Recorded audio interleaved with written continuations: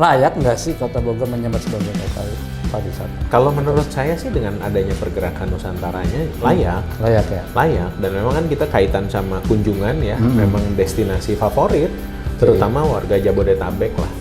Dan sekelilingnya lagi sedikit ya, emang masih kota favorit lah di Jawa Barat kalau menurut saya.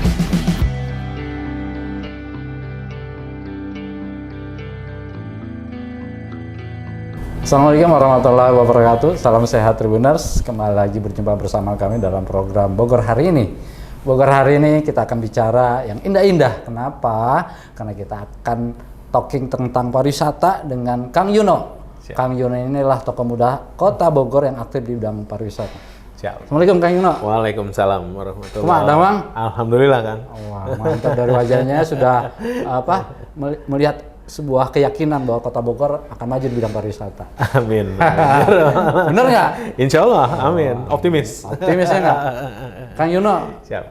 katanya dokter ya? Mohon. Betul. Kok bisa dokter jadi ke pariwisata sih? Iya, itu banyak tuh yang nanyain tuh Kang. Oh gitu ya, jadi bukan saya aja ya? Bukan, Akang nomor 1253 orang yang nanya gitu. Enggak. Ya jadi emang kalau pendidikan emang saya dokter. Iya. Pendidikan saya dokter, tapi emang ya perjalanan hidup.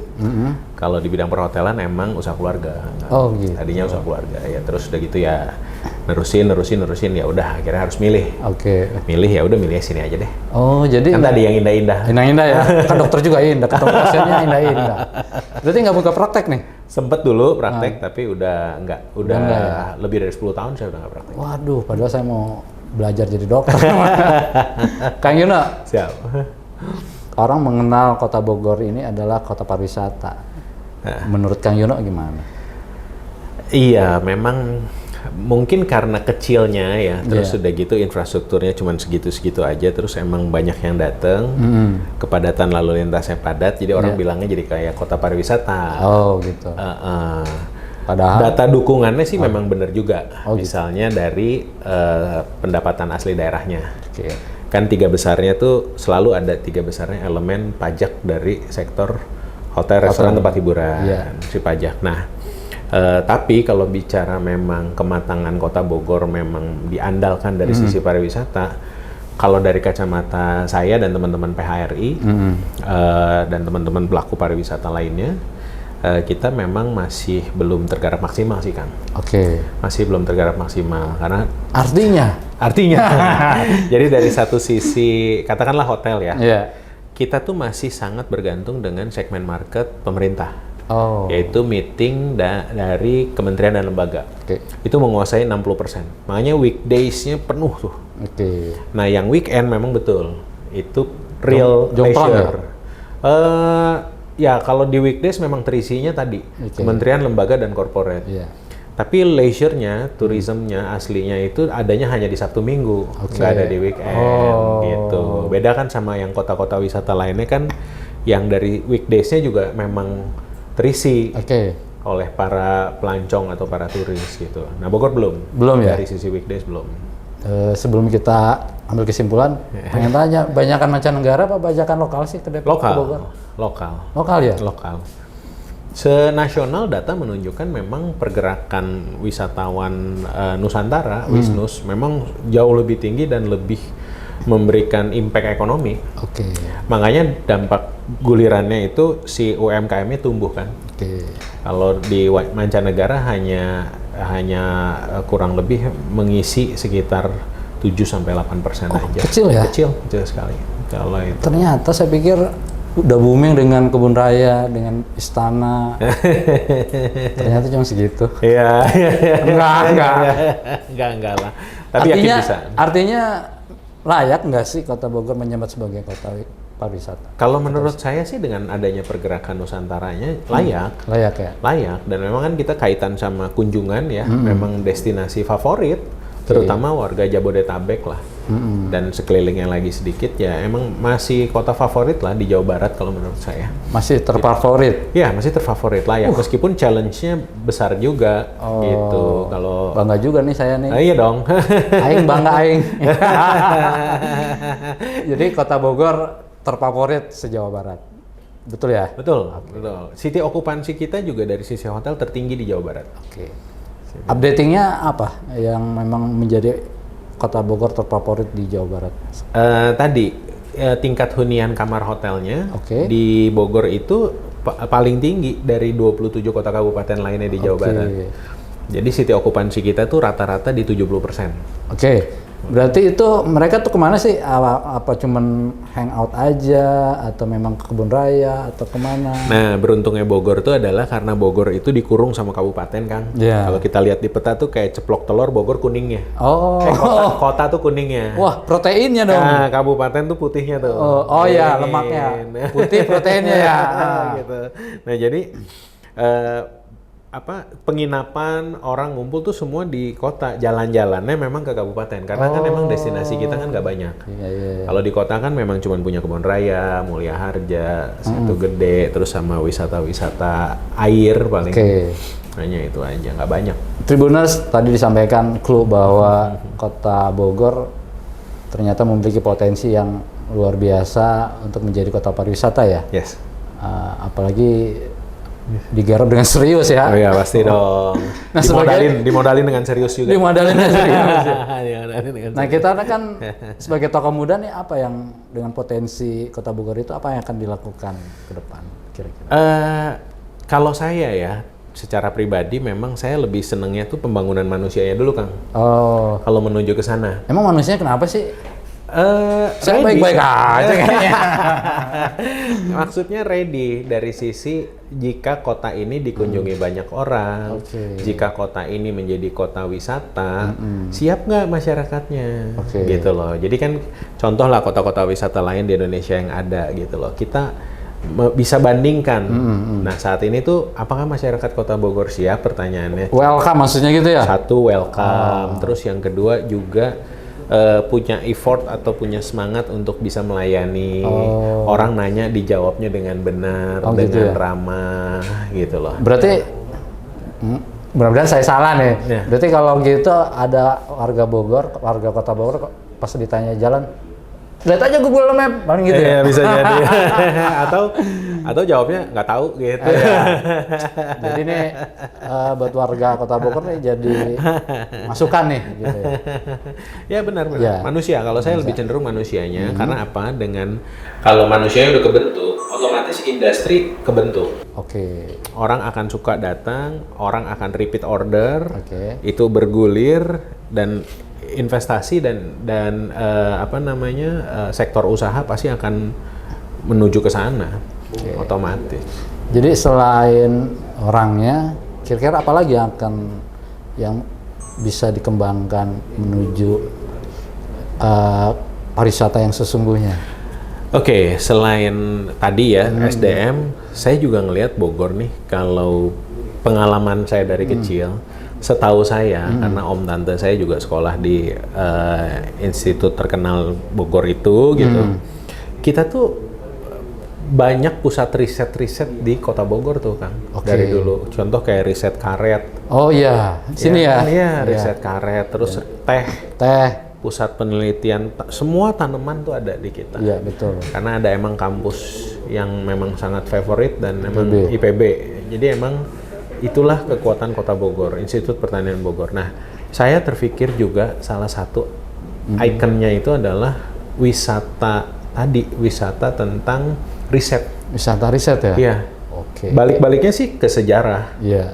Gitu. Cuman ya sangat disayangkannya saat ini memang tempat itu tidak terperhatikan dan tidak menjadi juga destinasi. Oke. Ya itu butuh sedikit touch up lagi, itu juga butuh lagi kemasan-kemasan baru. Oke. Sehingga si Bogor yang memang pusat riset yang dulu dikunjungi banyak negara lain untuk belajar tentang buah-buahan kah, tentang tanaman agroindustrinya kah, gitu. Nah itu tuh sangat kekuatan yang menurut saya masih bisa diandalkan loh. Masih bisa kita kemas lagi. Karena punya modal itu ya? Punya modal itu. Dan jujur aja segmen marketnya itu sepanjang tahun. Oh serius tuh? Serius sepanjang tahun. Ini berarti karena udah disurvei nih kayaknya nih? kalau bagi saya itu kan wisata edukasi. Iya. Wisata edukasi kan itu akan ngambilnya justru bukan hanya di long weekend, bukan di weekend. Wisata edukasi kan weekdays. ngambil di weekdays. Iya. yang saat ini kita terisi oleh kementerian dan lembaga meeting, itu kalau menurut saya market yang cukup oke juga kalau mau kita olah. Oke. Kang, bentar nih. Siap. Kita tes nih. Ya, siap. Ada kuisnya. Ada kuisnya. Sebagai kota pariwisata riset atau wisata edukasi ya, Kang, ada 2 pertanyaan nih. Seperti negara mana yang akan bisa contohkan? Sebenarnya di setiap negara punya kan titik-titik untuk yang memang kayak Jogja misalnya kota pelajar dibilangnya.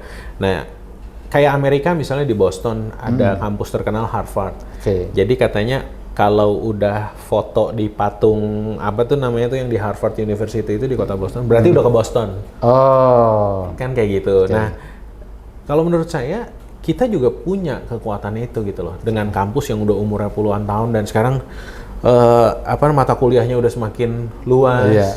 Tahun ini punya fakultas kedokteran. Sampai saya bingung tuh, Ada fakultas juga ya? kedokteran Institut Pertanian. Dokter beneran? Dokter umum tahun ini punya. Oh, IPB. luar biasa. Iya. Saya Jadi pikir dokter tahun ini- hewan.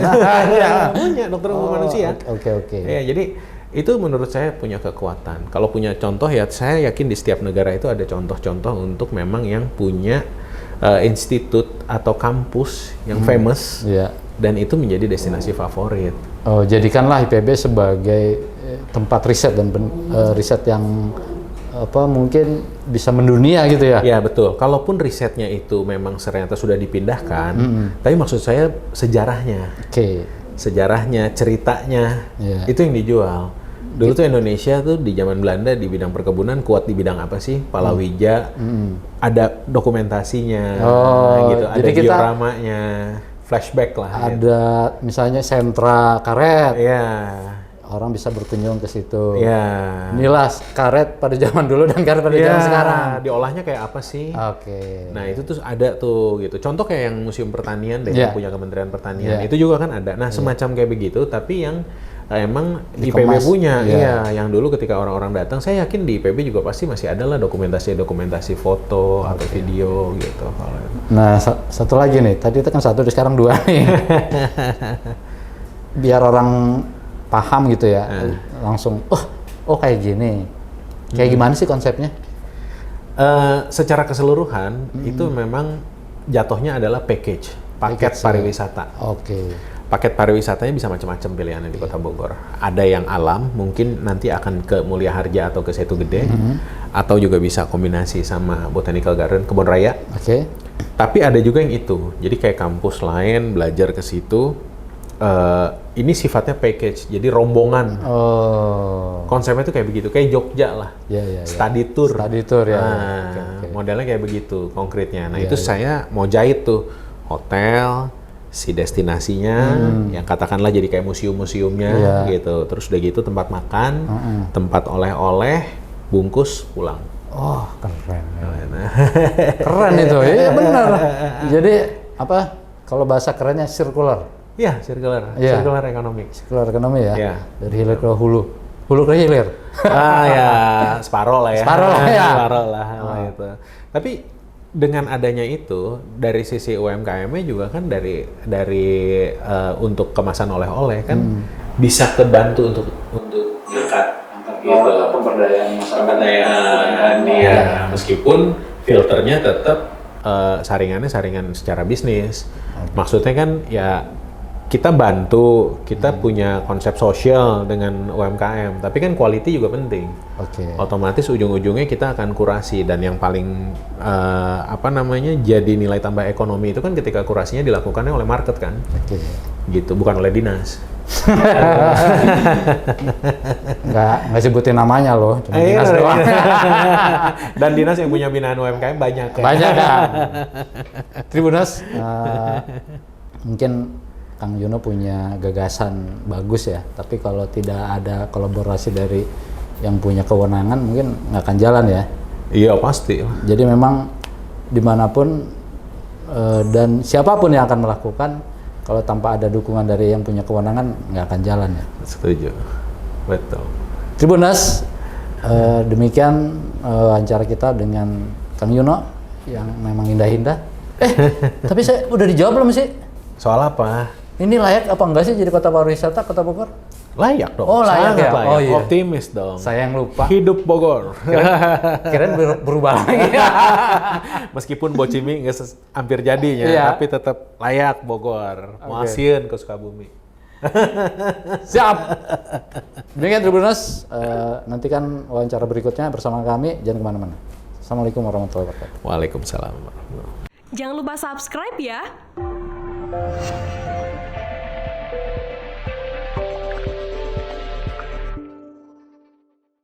Jangan lupa subscribe ya.